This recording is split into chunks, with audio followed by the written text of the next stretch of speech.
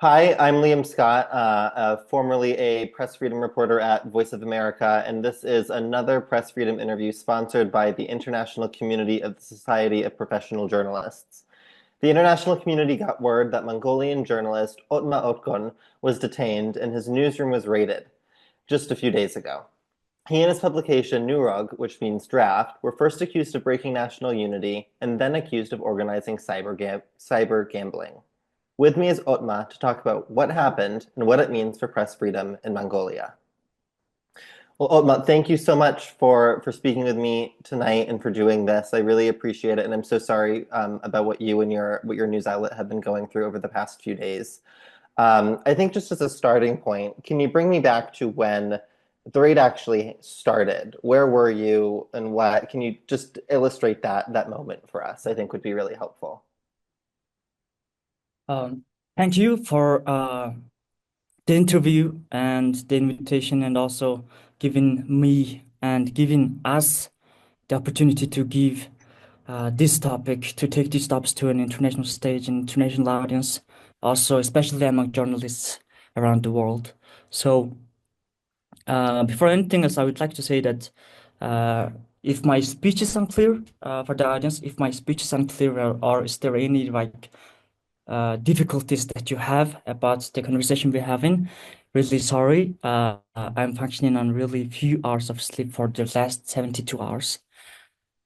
So the incident began not from the raid. It has started way before that. For example, um, at the New Year, around New Year Eve, like 13th of December, the police, especially from the cybersecurity division in Mongolian police, has called us and in called us at about 10 p.m. and tried to bring us to the police station. And but we have talked to the lawyer and made them talk to our lawyer and say that we would only come to you in the working hours so that we can discuss it later. And then we came to the police station at the 31st of December, and we have talked about the situation and the post we have made. Our content has been actually criticizing our government about the Mongolian government, and especially the high-ranking officials are have lacking solutions against the air pollution in Mongolia, and why they are not offering any long-term, any specific feasible solutions here. And our criticism has uh, gone to almost 300 or 400,000 people reached. So they have like talked about this case. And after this, it has been almost 3 months now, and we got raided, illegally detained, 17th of March. And before 17th of March, exactly 3 days before, I have been interviewed by a Mongolian journalist named Purubata. And at this interview, we have talked about our documentary film that we are trying to do. And the film is going to be around hour and a half, and it is about 2024 Mongolian parliamentary election. And the name of the documentary film is 18 days, because the campaign days for Mongolian 2024 parliamentary election was 18 days. So I talked about the movie, and after 3 days later, we got illegally detained from where we were, and we were not at the office.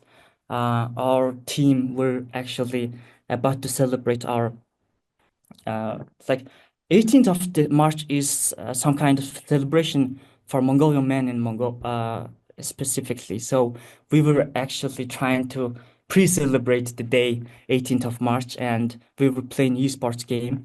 But while we were playing, also at the office, there were two members of us left at the office. So police raided simultaneously at two different locations. Uh, Even without way of knowing our location. So they had came to us and they took our phone without our permission, even when we were not accepting and we were refusing to give our phone. They took our phone, and also at the esports center, we were repeatedly trying to contact to our lawyer. We want to contact to our lawyer. They refused, and that's when we were arrived at the police station. I knew that they not only came with us, they came with the two members that were left at the office. Also, all the files, all the computers, all the memory cards in our office, everything that we need to continue our work. And that was so shocking for us. Absolutely. Thank you. Thank you for explaining that and laying it out for us. I mean, it sounds like a tremendous violation.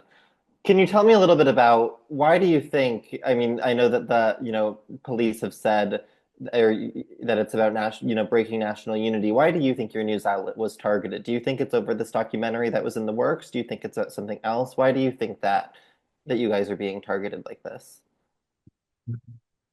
Uh, I don't know actually, because the charges against us has been shifted more than 4 or 5 times in 48 hours. That's really confusing for us. Why are we being held? Why were we detained? And why were we uh, suffering from these long hours of detainment? So detention, and we don't know. And first they have introduced 3 members of us to the criminal charge that was called like breaking national integrity and raising violent messages against ethnic groups in Mongolia, etc., etc. That was absurd and that was also nonsense. That's why we were really refusing, and also that's why that was so absurd, and we were wondering. And after that, it has changed into something like gambling and this, and also it has changed into revealing false information, and then changed into making someone affecting someone to commit a suicide, and etc., etc. So we are not sure about the main charge or the reason, the real explanation behind it. And few different officials gave us different results, gave us different explanations, and it's changing day by day, moment by moment, and hour by hour. And I imagine in a lot of cases that I cover, the vagueness and just the confusion is often the point in cases like this. Can I ask, what do you think this demonstrates more broadly about the state of press freedom in Mongolia? The state of press freedom in Mongolia has been deteriorating for recent years. It's not just the recent years, it's like more than 5 years and constantly deteriorating. So, by any index, and that's just by numbers, but by incidents and but by cases, real examples that I know well. So the real examples that I'm facing myself right now, my team is completely feared. Uh, Also, like they are having concerns about their own, also their families' uh, safety and stuff in terms of legal basis, and also in terms of um, body and stuff. So um, I think Mongolia is heading more to the autocratic regime, and that has been actually revealed from many different studies. Uh, yes, that's the situation right now, but I don't think it is a constant thing. It's going to be temporary because right where we have actually organized our small uh, media conference that we were actually trying to talk about our issue, what happened at that night.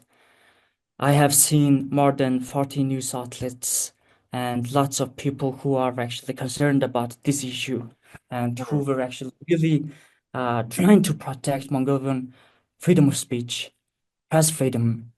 And I've seen that case, and also lots of youth, especially Mongolian general public, is definitely against this issue. And I think the people at the other side are organizing and also um, revealing uh, intentional false information and trying to defame our organization, trying to defame youth in Mongolia. But still, even when there is an intentional media campaigns that are going on the other side, there are organic power that is trying to hold up, that is trying to protect this issue, and that is not only trying to protect Ulamsaikhan and also protect the Norg media agency, but the freedom of Mongolia. What can international press freedom groups do to help you and to help your news outlet? Have you gotten any support from international groups since this has happened? Mhm. I don't exactly know what is a support, what support will be really good, but still having this conversation is a support enough, I guess.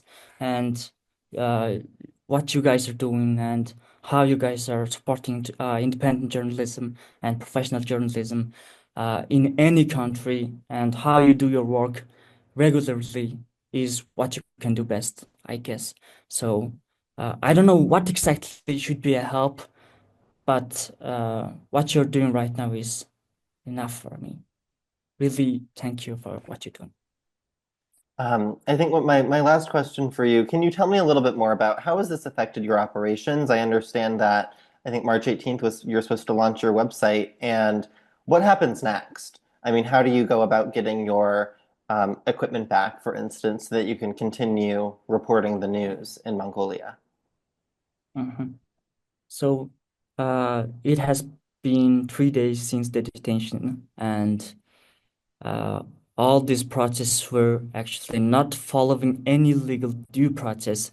And for any lawyer with a healthy mind would be wondering and would be really uh, upset about all this process and how illegal it is and how unjust it is. So for the last 3 days, we have not been able to operate, and we have not been able to make any videos as our potential, and we have not been able to create contents about the important topics in Mongolia.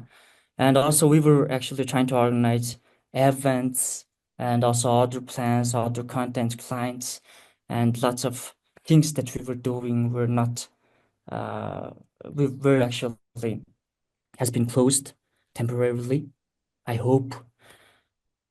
And also, we are not actually available to continue our work at our documentary film, most importantly. Like this film, we were actually trying to launch the film June 2025, but it's now about April, but we were not actually. We are wasting days, so that's the issue.